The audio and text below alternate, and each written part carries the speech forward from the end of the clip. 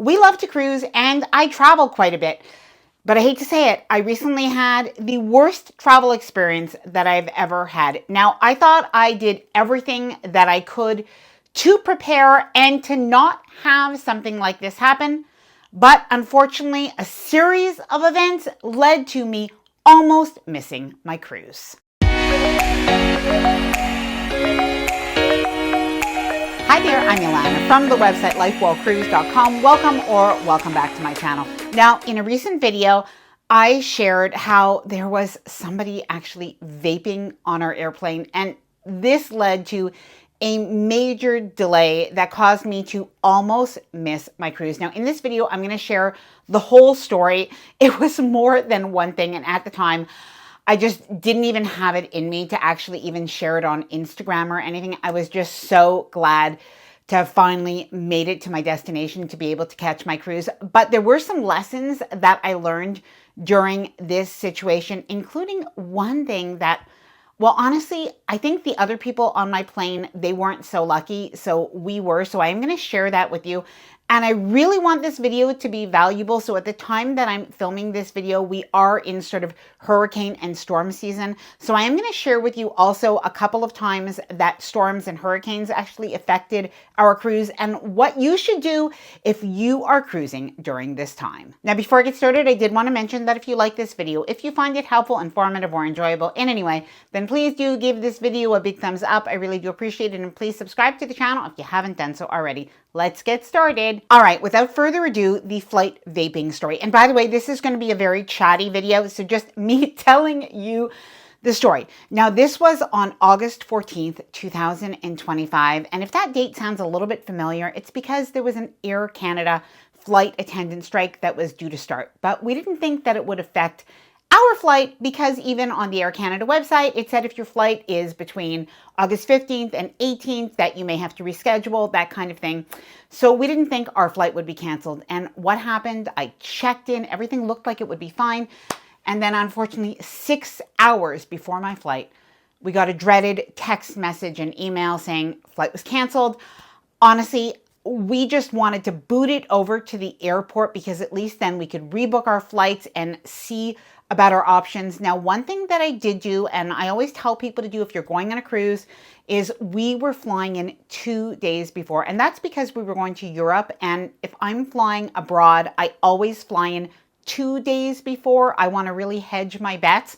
But if I'm flying like to Florida, for instance, and I live on the East Coast, I will fly in 1 day before minimum. But we even questioned if we shouldn't have flown in 3 days before when this happened. In any case, we were on the way over to the airport. My brother came very quickly. He was nice enough to drive us, and we rebooked the flight right then and there in the car because Air Canada did send us some alternate options that were actually before our flight was supposed to leave, and it wouldn't be a direct flight. Now it would be a connecting flight. Now, we did originally have a direct flight, which of course would have been ideal. I paid a little bit extra for that. I also paid to choose my seats because I wanted us all to sit together.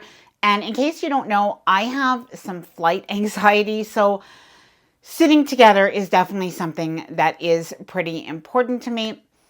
In any case, now we had a connecting flight and we had only an hour and 5 minutes to make our next flight after this one. Now, when we got to the airport, we went to the check-in agent and we asked if there was anything that they could do. Unfortunately, there wasn't. It was the way it was. They said you could always speak to the gate agent. So now we were already kind of a little bit, well, we had some anxiety, let's just say, but we were just happy to at least be booked on a flight. And we did know we would get there, even though it would be a few hours after we planned. Now, when we got to the gate, we tried to speak with the gate agent to see if there was a way they could put us maybe in the emergency row or move us up a little bit further because we were really kind of concerned about missing that connection. Anyway, they were able to help us a little bit, move us a little further forward, but unfortunately, we still weren't sitting together. Now, this wasn't the end of the world. In the end, we did get on the flight, although I have to say my husband was sitting next to two guys and I kept like looking over at my husband, well, because of the situation that was to come in a couple of minutes and like trying to get his attention. And I finally had to say to the guy sitting next to my husband, like, I'm not hitting on you. My husband is actually sitting next to you, and Frank just had his AirPods on and was not paying attention. In any case, I was a little bit embarrassed, but I think the guy did understand. Now, I do have another lesson, by the way, here that we also learned. Usually when we get to the airport, we leave enough time to be able to go eat at a restaurant and relax before our flight. And truthfully, I do usually have a glass of white wine. This time we could not do that because, well, we just didn't have a lot of time to catch our flight. But at the very last minute, Ethan decided to go pick up some Subway. They weren't really hungry, Frank and Ethan, and I wasn't very hungry. We just had a lot of anxiety. We didn't even eat lunch that day.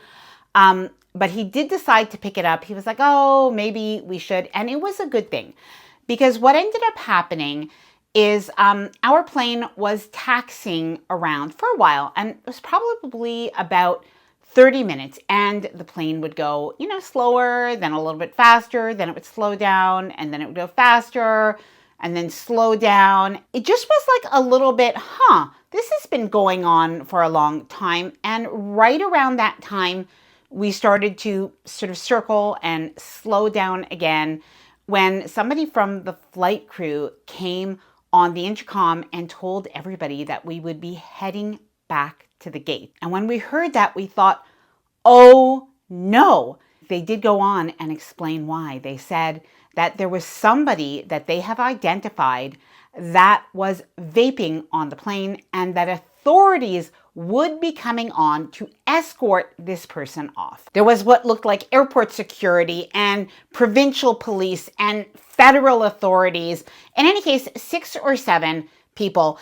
And then it seemed like they were talking to the person or people for probably a good 10 to 15 minutes. That was at least the chatter that we heard. This was sort of in the back of the plane. And then, yes, we did see that 2 guys were actually escorted off the airplane. Now, if you're wondering what happens at that point, something that they announced over the intercom, they said that this was quite serious, that this was against federal law. They could be brought up on charges.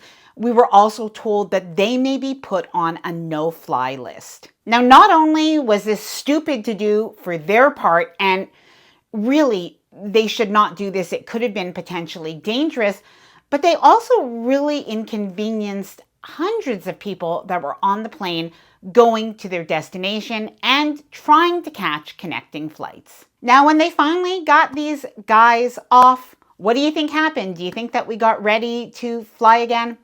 No, not right away, because they did actually have to get their luggage off, which I am actually glad that they got their luggage off. And the flight attendants just told everybody, move around the cabin, go to the bathroom. So we knew it would be a while. In total, we were delayed about 3 hours from the time that we got into that airplane. Now, this had actually never happened to us before. So I asked the flight attendant, what's going to happen? Like, if we miss our flight, are we automatically put on another flight? And she did say she thinks that that is what was going to happen, but she obviously couldn't say for sure. Now, in the meantime, we did look and we saw, by the way, we were flying over to Munich and our connecting flight was in Barcelona. So we looked and we saw that there were several flights leaving from Barcelona to Munich. So we thought, okay, when we arrive there, we're going to get on another flight, hopefully soon after, and it'll just delay us a few hours. And honestly, we just wanted to get to Europe because I did know, at least once I was there were some potential options. And like I said, we were flying in 2 days before. So even if we missed a day, which wasn't ideal, but at least I knew that chances are we would make it. Now, I was hoping that it was going to be easy once we got to Barcelona. Obviously, we were tired.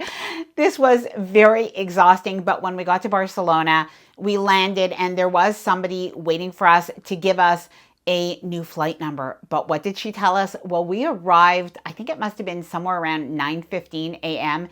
in Barcelona. And then she told us that our flight had been booked to Munich at 6:45 p.m.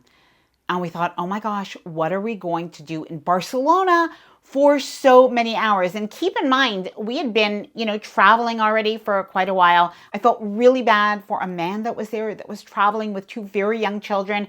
And he was asking her, what am I supposed to do with these kids for so many hours? Now, we did see that there were different flights available, so we were very surprised that we were given these really not great flights. So this leads me to the next lesson that we learned. And honestly, I hope that this could perhaps be helpful to you if you're ever in a similar situation. What we did, she gave us our flight numbers, and this was a flight that was rebooked with Lufthansa at this point, and we originally were booked with Air Canada. So what we did is we actually went over to the Lufthansa ticket counter and the ticket agent, and we simply asked, is there anything that you could do to help us? And we explained that we had been booked on this other later flight, and lo and behold, he was able to get us earlier flights. So he was able to bring those flights up from an evening flight to a flight around 1 p.m. So by this point, it was probably somewhere around 10 a.m., something like this. So while we did have a little bit of a wait, about 3 hours, we decided to go for breakfast. It was fine. But we were able to get on that earlier flight. And something that he told us is that chances are, because there were so many people on that Air Canada flight, like probably we had heard there were about 20 people, that it was probably easier for Air Canada to book everybody on, that same later flight if there was room for everybody. And that was why that happened. Now, I can't say for sure, this was just something I was told, but it is a little bit of a lesson that if you're ever given a flight, if it's assigned to you, go directly to, a check-in agent and see if they can help, because you never know. Now, I am going to be sharing the hurricane lessons in just a minute, but we did end up arriving in Munich, several hours later. I think we probably arrived somewhere around 4 p.m. instead of in the morning. But somehow I guess we were on a little bit of a dopamine high or something like that. We were, okay, and we still really enjoyed Munich. We visited for a little bit. I would say that sometimes melatonin to sleep is your friend, so that can be really helpful for the nighttime if you are dealing with any jet lag regarding time change. But we did make it with 1 day to spare still for our river cruise. Now, by the way, if you like these sort of more candid, chatty, behind the scenes type of videos, I actually do make these usually with my son Ethan. We just chat together about hot topics or about behind the scenes stuff, even sometimes controversial takes on things and upcoming cruises. We do that in a podcast form on our members only videos. And of course, this is absolutely optional, but if you do want those extra videos that I'm just not able to put out just because of the algorithm and things like that, I just can't put them on the main channel. But if it is something that is interesting to you, I am going to leave the link to join the members of the LifeWell Cruise community. We call that the LifeWell Cruise crew. I am going to leave that in a pinned comment. All right, so let's quickly talk hurricanes. Now, hurricanes have affected our cruises a couple of times. I'm actually not that worried about it anymore, but I do think you have to be aware if you're booking a cruise anytime sort of in the summer all the way through October and into early November, it is possible that tropical storms and hurricanes can potentially affect your cruise. But most of the time, the thing that's going to happen is you'll have an itinerary change, because if there is a hurricane, for example, that is maybe going to hit Mexico,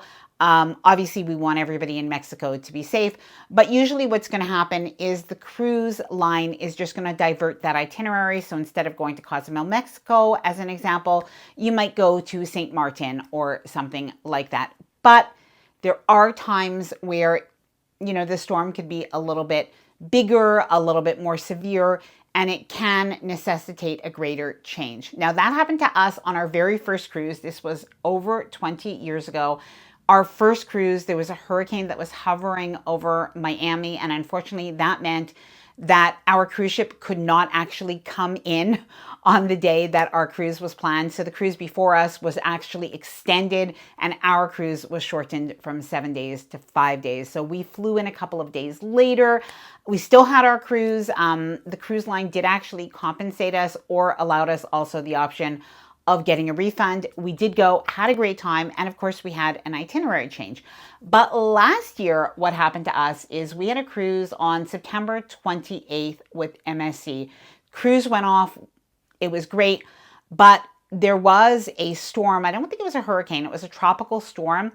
And right around that time it was happening. So what happened is once we got on the cruise ship, we actually had a letter in our cabin, and it was a complete itinerary change. We were going to Grand Turk instead of Cozumel.